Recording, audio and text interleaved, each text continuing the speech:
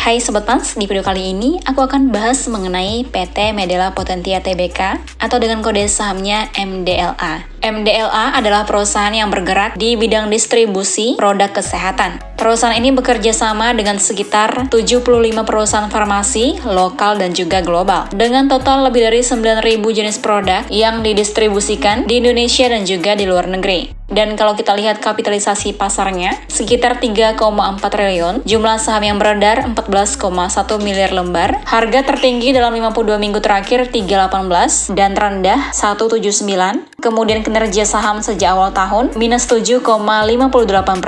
MDLA memiliki 4 lini bisnis utama, yaitu distribusi produk kesehatan, yang merupakan sumber pendapatan terbesar, kemudian pemasaran dan penjualan, serta produksi alat kesehatan, dan juga platform digital kesehatan seperti GoApotik dan GPOS. Perusahaan ini juga sudah memiliki pengalaman sekitar 45 tahun di industri distribusi farmasi dan merupakan bagian dari Dexa Group. Saat ini jaringan distribusi MDLA bisa dikatakan sangat luas, terjangkau lebih dari 1.000 titik penjualan di 38 provinsi di Indonesia dan juga memiliki jaringan bisnis di Kamboja. Selain itu, perusahaan juga memiliki satu pabrik alat kesehatan. Nah, kalau ngomongin sumber pendapatan perusahaan, sebagian besar pendapatan MDLA berasal dari bisnis distribusi produk kesehatan, yaitu sekitar 96-97% dari total pendapatan. Pendapatan perusahaan dibagi menjadi 3 segmen utama, yang terdiri dari produk farmasi, yaitu 76% dari pendapatan, dan juga produk kesehatan konsumen, 13%, serta alat kesehatan, 11%. Dan untuk segmen alat kesehatan, perusahaan menjalankan 3 model bisnis, seperti distribusi produk, agensi atau perwakilan penjualan, serta produk yang diproduksi sendiri. Dan kemudian cara MDLA menghasilkan keuntungan adalah dengan membeli produk dari prinsipal atau produsen, lalu menjualnya kembali ke pelanggan dengan harga yang lebih tinggi. Kerjasama dengan prinsipal biasanya diperbaharui setiap 2-3 tahun. Karena bisnis distribusi mengandalkan volume penjualan yang besar, margin keuntungannya memang relatif kecil tetapi stabil. Well, kalau ngomongin efisiensi dan juga teknologi, dalam operasionalnya biaya terbesar MDLA berasal dari tenaga kerja dan juga logistik. Karena bisnis distribusi membutuhkan jaringan yang luas. Biaya operasional perusahaan relatif stabil dibandingkan dengan penjualan. Untuk meningkatkan efisiensi, perusahaan mulai memanfaatkan teknologi, seperti menggunakan sistem perencanaan berbasis AI untuk memprediksi permintaan dan mengatur stok lebih akurat. Dan juga membangun pusat distribusi baru atau NDC 2 yang dilengkapi sistem robotik untuk meningkatkan produktivitas.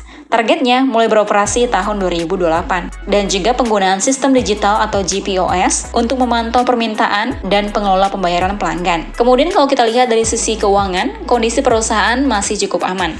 Oke, kalau kita lihat dari segi potensi pertumbuhan ke depan, dalam jangka pendek hingga menengah, prospek pertumbuhan MDLA masih cukup baik. Pertumbuhan ini didukung oleh beberapa strategi, seperti ekspansi bisnis, penambahan prinsipal baru, dan juga penguatan operasional. Selain itu, perusahaan ini juga terus mengembangkan segmen alat kesehatan yang memiliki margin lebih tinggi.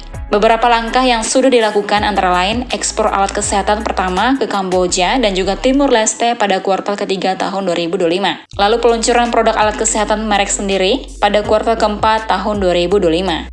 Nah, kalau kita lihat secara outlook industri, secara keseluruhan, prospek industri distribusi produk kesehatan masih cukup stabil. Beberapa faktor yang mendukung kinerja MDLA ke depan antara lain, industri produk kesehatan yang masih tumbuh secara struktural, kemudian ekosistem bisnis perusahaan yang cukup besar dan juga mudah dikembangkan, dan pertumbuhan segmen alat kesehatan yang juga positif, lalu peluang ekspansi pasar ekspor, terutama melalui jaringan distribusi di Kamboja, dan juga efisiensi operasional melalui digitalisasi dan juga teknologi, hingga kondisi neraca keuangan yang sehat.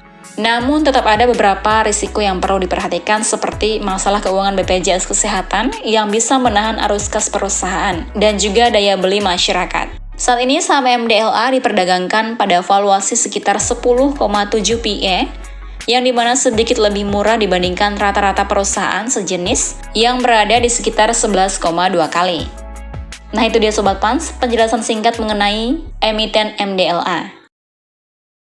Well, jika Sobat Pans ingin berinvestasi di Pandin Sekuritas, kami sedang mengadakan promo cashback.